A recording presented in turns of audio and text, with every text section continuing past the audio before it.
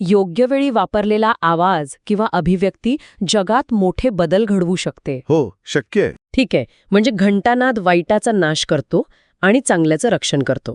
आणि असुर म्हणजे आतले बाहेरचे दोन्ही शत्रू. हे स्पष्ट झालं. आता पुढचा मुद्दा आहे मंत्राचा.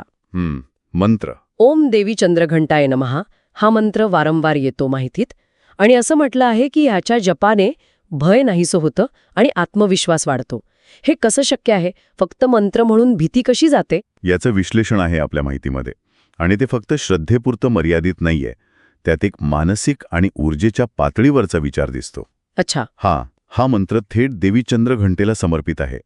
जेव्हा कोणी श्रद्धेने एकाग्रतेने हा मंत्र जपतो तेव्हा ती व्यक्ती त्या देवतेच्या गुणांशी, तिच्या ऊर्जेशी जोडली जाते असं मानलं जातं. देवीचे गुण म्हणजे शौर्य, निर्भयता. हो, आपण पाहिलं ना, देवी स्वतः शौर्य, निर्भयता, सामर्थ्य आणि शांततेचं प्रतीक आहे.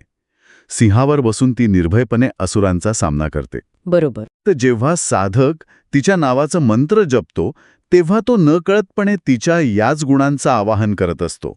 निर्भयता, शौर्य, आत्मविश्वास, स्थिरता यांचं चिंतन करतो. म्हणजे एक प्रकारचं मेडिटेशन म्हणता येईल. एका संदर्भानुसार मंत्राचे ध्वनी तरंग मेंदूवर आणि मानसिक स्थितीवर सकारात्मक परिणाम करतात. भीतीचे विचार हळूहळू कमी होतात आणि त्यांची जागा धैर्याचे, आत्मविश्वासाचे विचार घेतात. अर्थात हे एका दिवसात होत नाही. नियमित जपाने मानसिक दृष्टिकोन बदलू शकतो. भीती अनेकदा मानसिक असते. मंत्रजप त्या मानसिक पातळीवर काम करून आत्मबळ वाढवतो.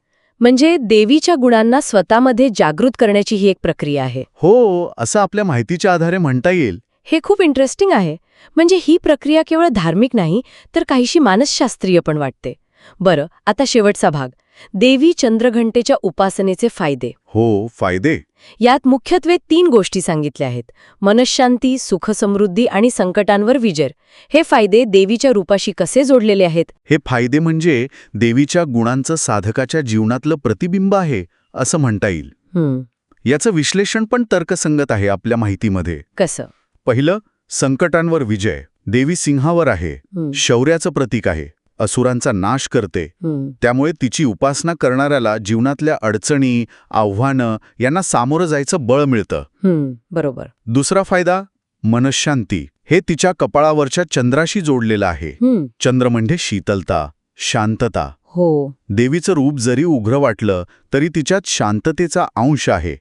तिच्या उपासनेतून आंतरिक शांतता, मानसिक स्थैर्य मिळायला मदत होते. आजच्या धावपळीत हे खूप महत्वाचं आहे. नक्कीच.